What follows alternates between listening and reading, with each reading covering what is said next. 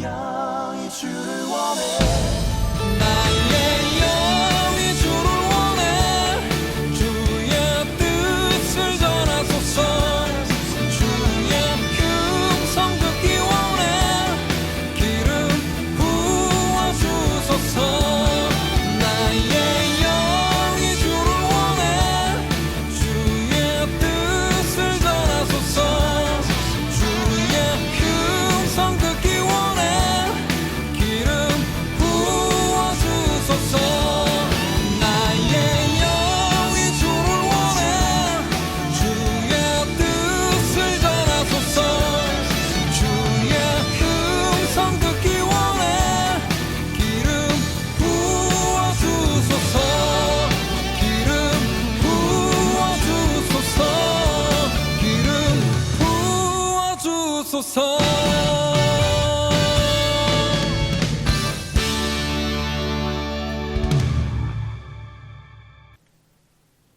오늘 우리에게 주시는 말씀은 누가복음 12장 22절로부터 34절의 말씀입니다.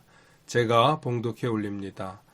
또 제자들에게 이르시되 그러므로 내가 너희에게 이르노니 너희 목숨을 위하여 무엇을 먹을까 몸을 위하여 무엇을 입을까 염려하지 말라.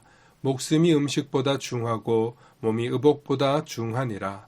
까마귀를 생각하라. 심지도 아니하고 거두지도 아니하며 골방도 없고 창고도 없으되 하나님이 기르시나니 너희는 새보다 얼마나 더 귀하냐. 또 너희 중에 누가 염려함으로 그 키를 한 자라도 더할 수 있느냐. 그런즉 가장 작은 일도 하지 못하면서 어찌 다른 일들을 염려하느냐. 백합화를 생각하여 보라. 실도 만들지 않고 짜지도 아니하느니라. 그러나 내가 너희에게 말하노니 솔로몬의 모든 영광으로도 입은 것이 이 꽃 하나만큼 훌륭하지 못하였느니라.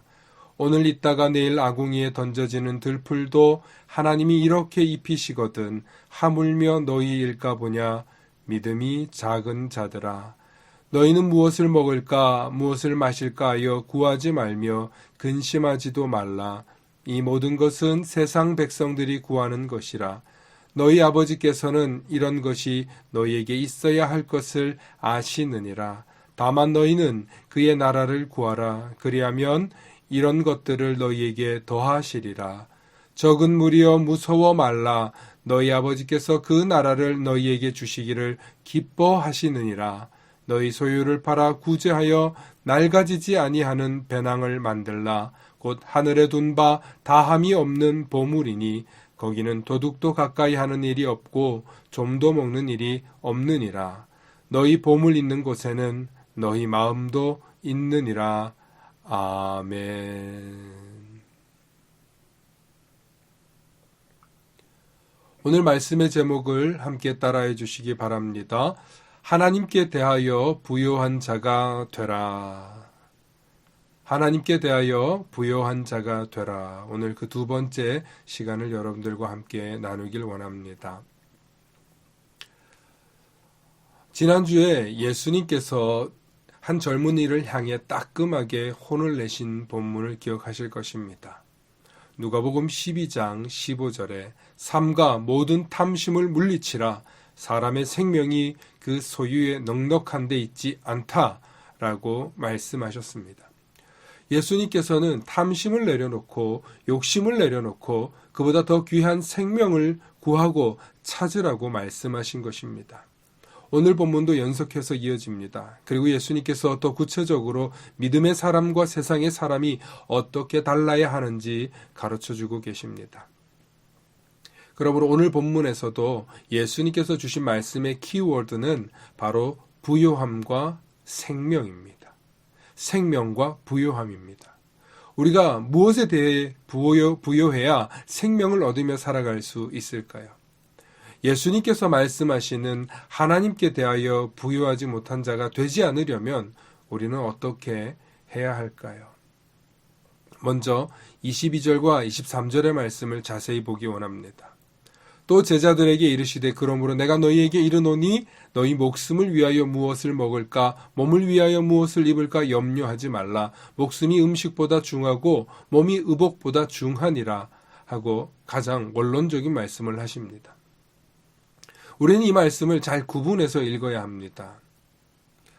분명히 예수님께서는 22절 또 제자들에게 이르시되 하고 말씀하십니다.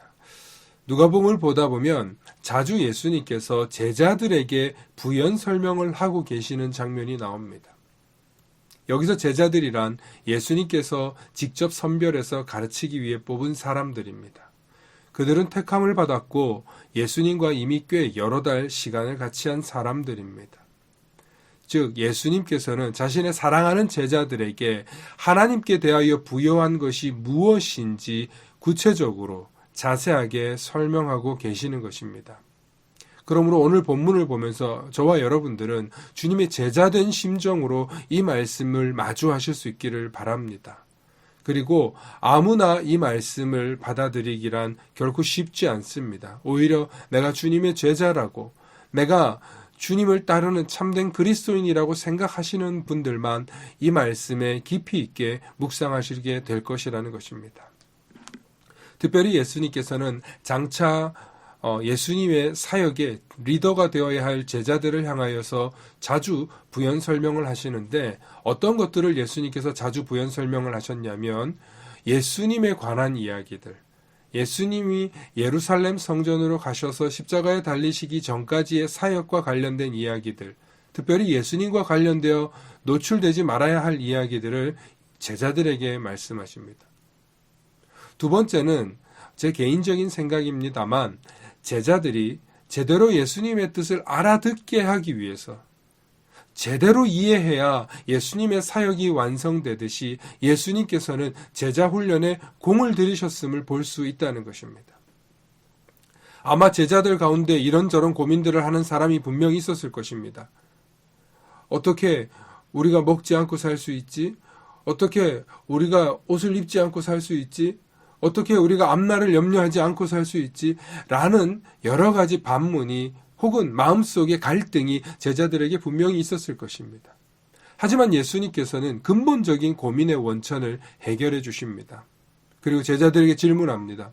까마귀를 생각해 보라, 백합화를 생각하여 보라, 골방도 없고 창고도 없지만 하나님께서 가르치신다. 하나님께서 기르신다. 실도 없지만 솔로몬의 영광보다 아름다운 꽃이 하나님께서 짓지 않으셨느냐? 하나님께서는 하물며 사람인 너희를 그냥 내버려 두시겠느냐?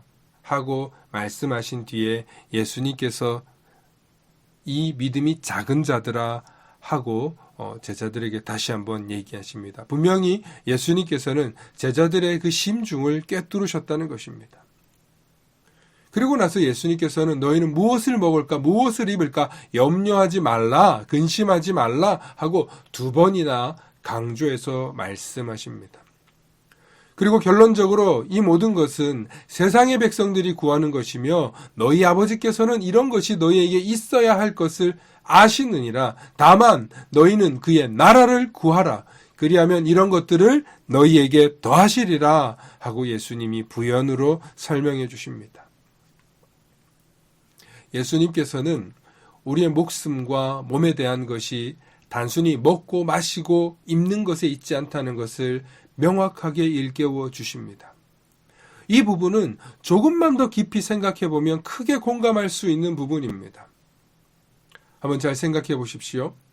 사람은 단순히 먹기 위해 사는 존재가 아니라는 것을 여러분은 잘 아실 것입니다. 그렇습니다. 우리는 먹기 위해서 사는 존재가 아니라 무언가를 하기 위해서 살아가고 있습니다. 짐승과 달리 사람은 꿈을 위해서 살아갑니다. 자신의 비전을 위해서 살아갑니다. 그렇기 때문에 까마귀나 꽃들처럼 단순히 존재하고 살아남기 위해 무엇을 먹을까, 무엇을 마실까, 어디 가서 쉴까를 고민하는 존재가 아니라는 것입니다. 그러므로 우리는 오늘 본문을 묵상하면서 과연 무엇을 위해서 살아가야 하는가? 내가 무엇을 위해 살아가고 있는가? 라는 존재론적 질문을 할 수밖에 없다는 것입니다.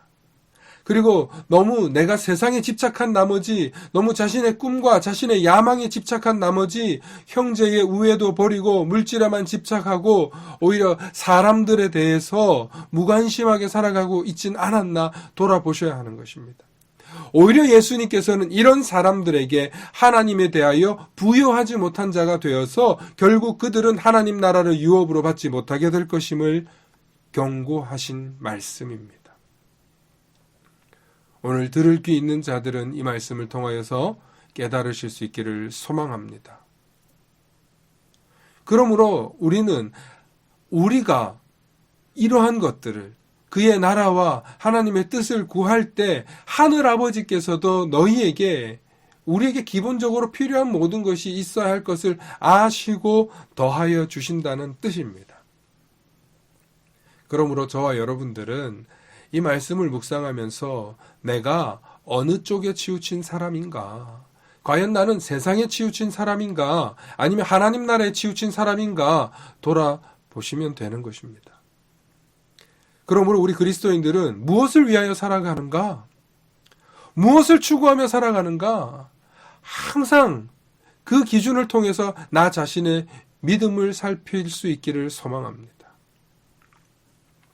여러분 한 번쯤은 들어보셨을 워런 버핏이나 혹은 미국의 최고의 부자들의 일상생활에 대해서 들어보신 적이 있을 것입니다. 그들은 자신의 수십조, 수백조가 되는 재산이 있다 할지라도 그들의 소유나 생활은 평범한 생활을 추구하는 사람들이 있습니다.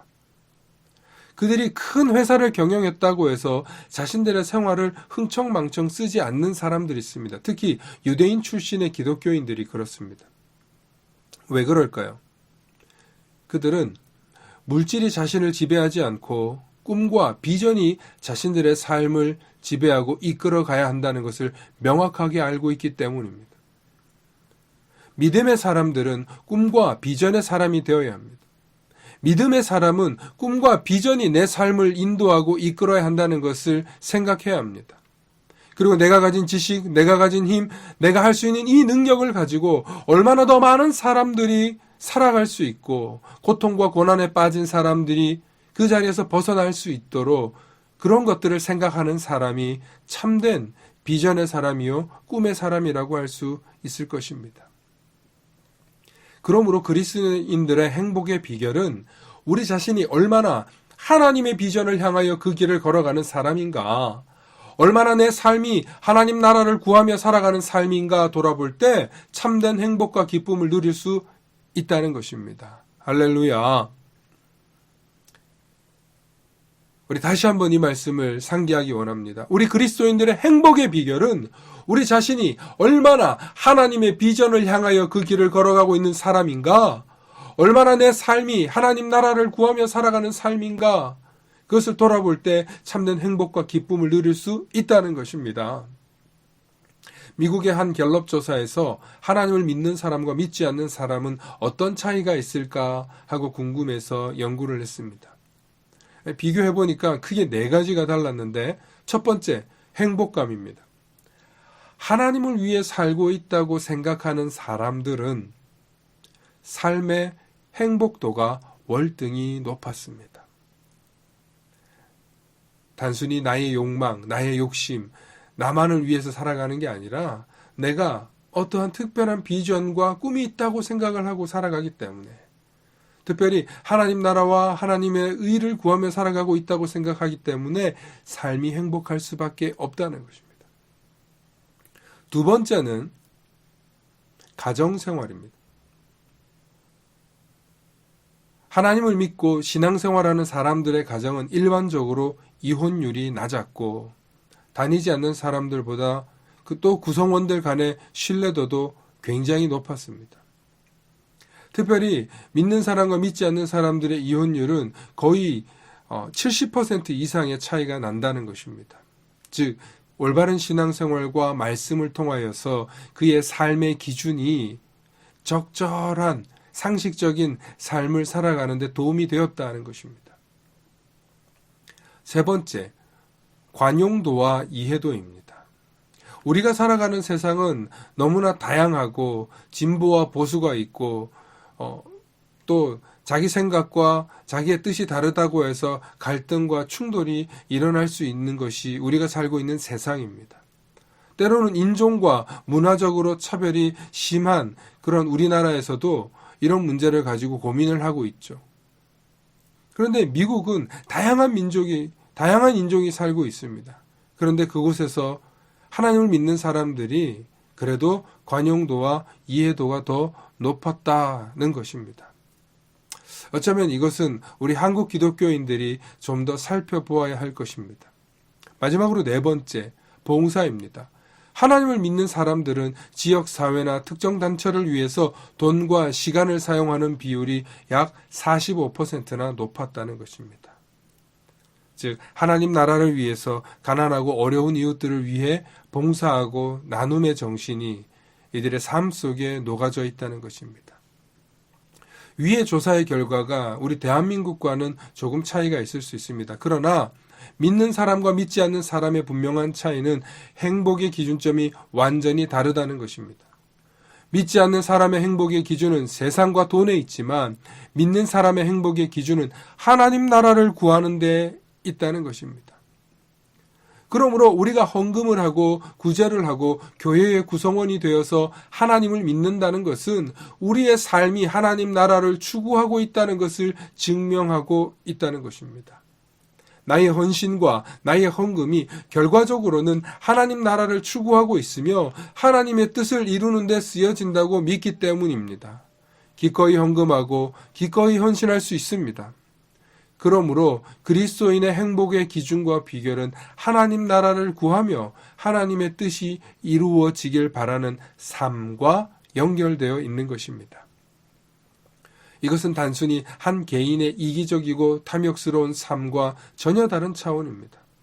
그리스도인은 자신의 삶 속에서 하나님의 나라와 의를 추구하며 살아가고 있는지 오늘도 스스로 명확히 돌아보아야 합니다. 만약 단순히 나의 구원만을 위해 교회에 출석하거나 신앙생활을 하고 있으셨다면 좀 더 깊은 믿음의 차원을 이해하실 수 있기를 바랍니다.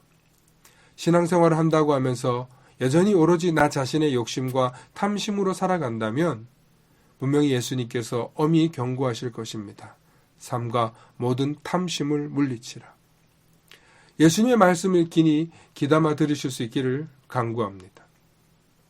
그러므로 예수님께서는 오늘 하나님께 대하여 부유한 자로 살아가기 위해서 어떻게 해야 하는가 아주 구체적인 솔루션을 오늘 말씀 중에 해 주십니다. 누가복음 12장 29절과 34절에 너희는 무엇을 먹을까 무엇을 마실까 하여 구하지 말며 근심하지 말라. 이 모든 것은 세상 백성들이 구하는 것이라. 너희 아버지께서는 이런 것이 너희에게 있어야 할 것을 아시느니라. 다만 너희는 그의 나라를 구하라. 그리하면 이런 것들을 너희에게 더하시리라. 적은 무리여 무서워 말라. 너희 아버지께서 그 나라를 너희에게 주시기를 기뻐하시느니라. 너희 소유를 팔아 구제하여 낡아지지 아니하는 배낭을 만들라. 곧 하늘에 둔 바 다함이 없는 보물이니 거기는 도둑도 가까이 하는 일이 없고 좀도 먹는 일이 없느니라. 너희 보물이 있는 곳에 너희 마음도 있으리라. 아멘. 이것은 실로 엄청난 도전입니다. 이 말씀은 말은 쉽지만 나의 소유를 팔아 구제하며 나누는다는 것이 결코 쉬운 일은 아닐 것입니다. 하지만 진정으로 하나님께 대하여 깨닫고 부유한 자가 되면 이러한 삶이 진정 가치 있을 뿐만 아니라 우리 주변에 수많은 사람을 살리는 일이며 또 나 역시 함께 더불어 살아갈 수 있는 길이라는 것을 깨닫게 된다는 것입니다. 그러므로 저와 여러분들은 더 이상 하나님에 대하여 모르는 자로 살아가지 말고 하나님께 대하여 제대로 알고 제대로 실천할 수 있는 사람, 하나님께 대하여 부유한 자로 살아가셔서 이 땅에서도 참된 행복과 기쁨을 누리실 수 있기를 바랍니다. 우리는 이러한 일들을 할 수 있습니다. 그리고 이런 일에 앞장서서 대표 선수가 된 사람들을 기억하실 것입니다. 마더 테레사나 조지 뮬러나 또 우리 주변에도 하나님 나라를 위해서 수많은 곳에서 이름 없이 빚도 없이 수고하고 애쓰시는 분들이 계십니다. 바로 그들이 왜 그런 봉사를 합니까? 함께 더불어 살아가는 것이 그것이 하나님 나라를 위하는 것이고 또한 나 역시도 함께 살 수 있다는 것을 알기 때문입니다. 저는 오늘 여러분들에게 고 이종욱 전 WHO 사무총장을 좀 소개할까 합니다. 요즘과 같이 코로나로 전 세계가 어려움에 처한 이때에 WHO 전 사무총장이었던 분이 생각난다는 것입니다. 잠시 함께 영상으로 살펴보시기 바랍니다. I will praise China again and again. Now I'm calling on the world to take the WHO Safe Hands Challenge to be ready for coronavirus.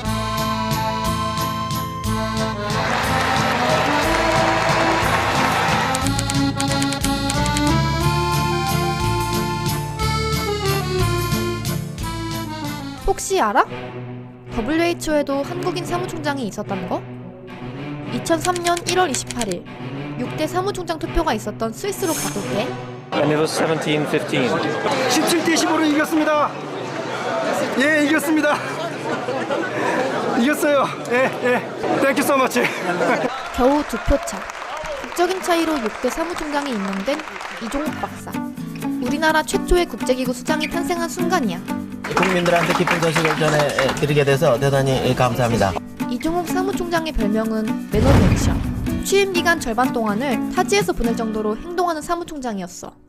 또 WHO 사무총장은 관행상 국가 원수급 대우를 받아서 비행기를 탈 때도 1등석을 이용할 수 있고 수행 차량도 좋은 차량을 이용할 수 있는데 단 한 번도 1등석을 이용한 적이 없대. 차도 환경을 생각한 소형 하이브리드 차량이었고 다음 사무총장이었던 마가렛 첸이 호화 출장비로 언론의 질타를 받았던 걸 생각하면 중증 급성 호흡기 증후군 사스가 계속 확산되면서 동남아를 비롯한 세계 각국에 비상이 걸렸습니다. 이종욱 사무총장이 취임했던 2003년은 중국발 전염병 사스의 공포에 떨 때였어. 그는 취임하자마자 전염병을 빠르게 통제할 수 있는 시스템을 구축했지. 자신의 이름이 붙은 이종욱 전략운영센터. 세계 어디서든 전염병이 터지면 30분 내로 관계자들이 모이는 시스템이래. 골든타임을 놓치지 않겠다고 만든 이 센터는 사스뿐 아니라 신종플루, 메르스 때도 큰 역할을 했어. 2009년에 이제 그 신종 인플루엔자 유행했을 때 이게 없었으면 WHO 어떻게 대비를 했겠느냐. 사스가 진정되자 이종욱 사무총장은 에이즈 치료제를 아프리카에 보급하기 위한 계획을 세워 3by5 캠페인 2005년까지 개도국 300만 명에게 에이즈 치료제를 보급하겠다는 건데 여기에 필요한 예산은 6조. 당시 WHO 1년 예산이 2조였던 걸 감안하면 어마어마한 금액이었지. 금액 문제로 결국 3by5 캠페인은 성공하진 못해. 하지만 11 million people in the region, if I'm not incorrect, who have access to treatment. So that was unimaginable.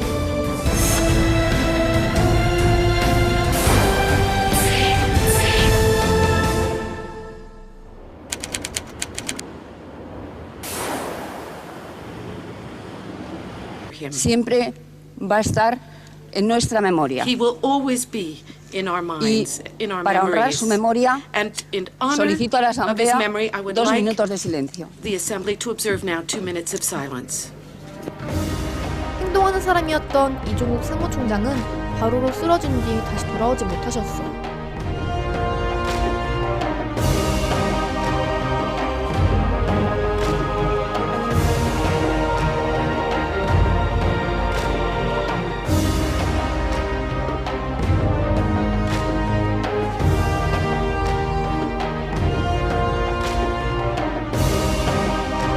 모든 사람은 세계 어디서나 건강한 삶을 누릴 수 있어야 한다. 이를 위해 치열하게 고민하고 망설임 없이 행동했던 이종욱 사무총장. 당신이 그립습니다.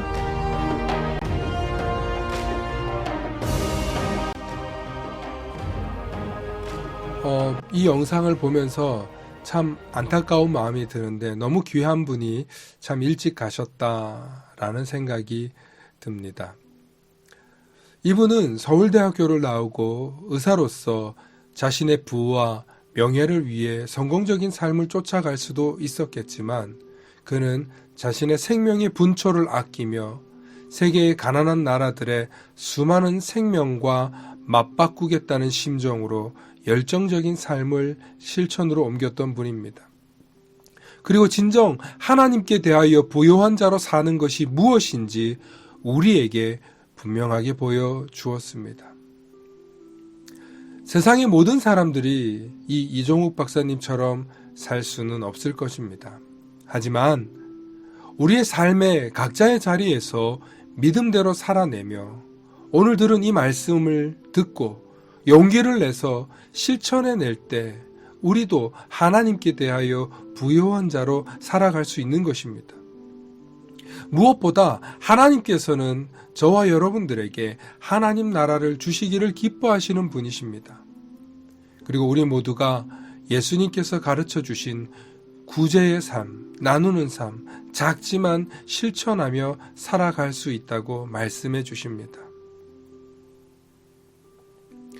오늘도 이 말씀을 우리 삶에 적용하며 예수님께서 가르쳐 주신 구제를 위해 나를 위해 쓰려고 했던 것을 좀 더 내려놓고 내 이웃과 가난한 이들을 위해 조금 더 내어드리는 저와 여러분들 되시길 소망합니다.